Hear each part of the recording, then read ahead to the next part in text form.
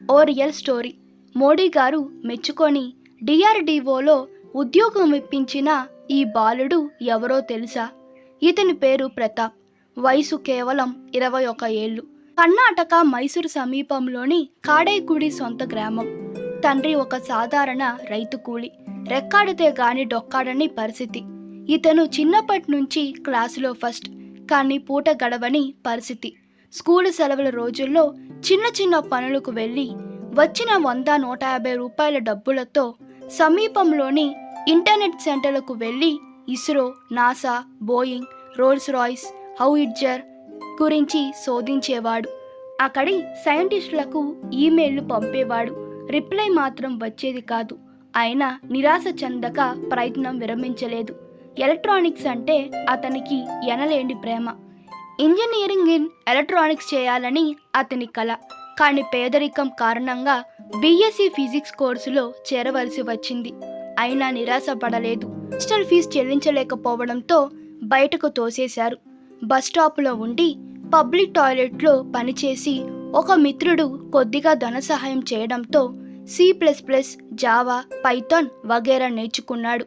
మిత్రుల నుంచి మరియు ఆఫీసుల నుంచి ఈ-వేస్ట్ రూపంలోకి బోర్డులు, మౌసులు, మదర్ బోర్డులు తదితర కంప్యూటర్ సామాన్లు సేకరించి వాటిపై పరిశోధన చేసేవాడు.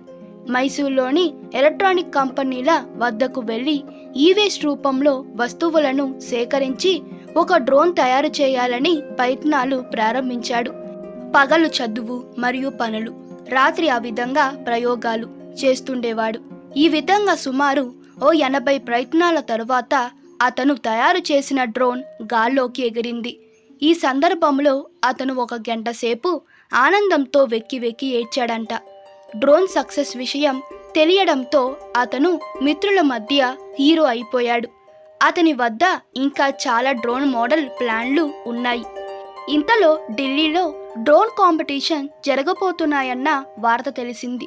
దానితో కూలీ పనులకు వెళ్ళి ఓ 2000 కూడబెట్టుకొని ఢిల్లీకి జనరల్ కంపార్ట్మెంట్లో ప్రయాణం కట్టాడు. ఆ కాంపిటీషన్లో సెకండ్ ప్రైజ్ వచ్చింది. అంతేకాకుండా జపాన్ వెళ్ళి ప్రపంచ డ్రోన్ కాంపిటీషన్లో పాల్గొనే అవకాశం కూడా అక్కడ లభించింది. ఆనందంతో మళ్ళీ 1 గంట సేపు వెక్కి వెక్కి ఏడ్చాడు. జపాన్కు పోవడం లక్షలతో కూడిన వ్యవహారం. అంతేకాకుండా ఎవరో ఒకరి రెఫరెన్స్ తప్పనిసరి. చెన్నైలోని ఒక ఇంజనీర్ కాలేజీ ప్రొఫెసర్ రెఫరెన్స్ ఇచ్చేలా ఒక మిత్రుడు సహాయం చేశాడు.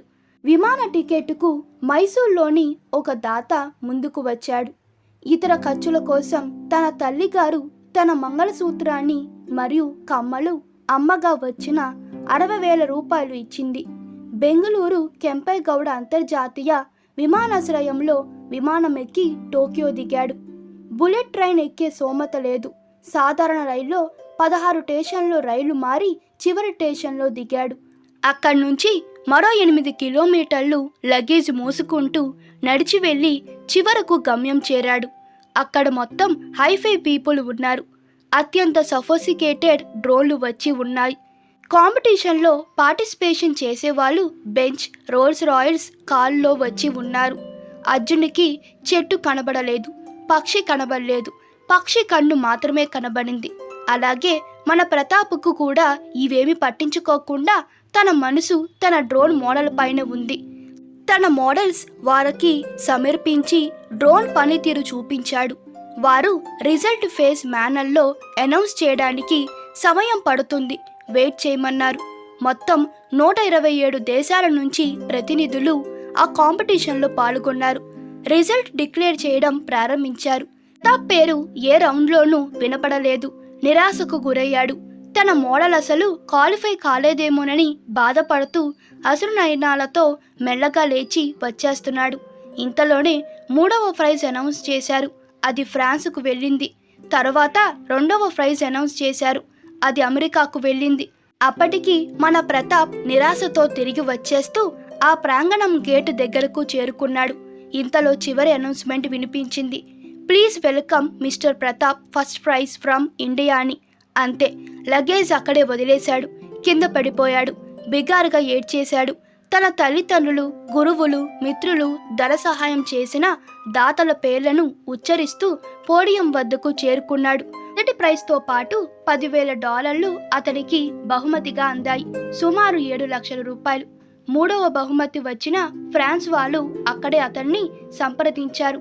నీకు నెలకు 16 లక్షల జీతం ఇస్తాం, ప్యాలెస్లో ఫ్లాట్లు మరియు 2 కోట్ల విలువైన కారు ఇస్తాం, ఇటు నుంచి ఇటే మా దేశానికి వచ్చే అన్నారు. నేను డబ్బు కోసం ఇదంతా చేయలేదు, నా మాతృభూమికి సేవ చేయడమే నా సంకల్పమని వారికి కృతజ్ఞతలు తెలిపి స్వదేశం చేరుకున్నాడు. ఈ విషయం స్థానిక బీజేపీ ఎమ్మెల్యే మరియు ఎంపీలకు తెలిసింది. వారు అతని ఇంటికెళ్ళి అభినందించి ఆ బాలునికి ప్రధానమంత్రి మోడీజీతో అపాయింట్మెంట్ ఇప్పించారు. మోడీజీ అతన్ని అభినందించి డిఆర్డీఓకు రిఫర్ చేశారు. ఇప్పుడు అతను డిఆర్డీఓలో డ్రోన్ విభాగంలో సైంటిస్టుగా నియమితులయ్యారు. నెలకు 28 రోజులు విదేశాలు తిరుగుతూ డిఆర్డీఓకు డ్రోన్ సరఫరా ఆర్డర్లు తీసుకువస్తున్నాడు. శ్రమ నీ ఆయుధమైతే విజయం నీ బానిస అవుతుందన్న భారతీయ నన్నుడికి ప్రత్యక్ష నిదర్శనం మన young scientist Pratap. Real story మీకు నచ్చినట్లయితే మీ అభిప్రాయాలు కామెంట్లో తెలపండి. Please like, share and subscribe to my channel. Thank you.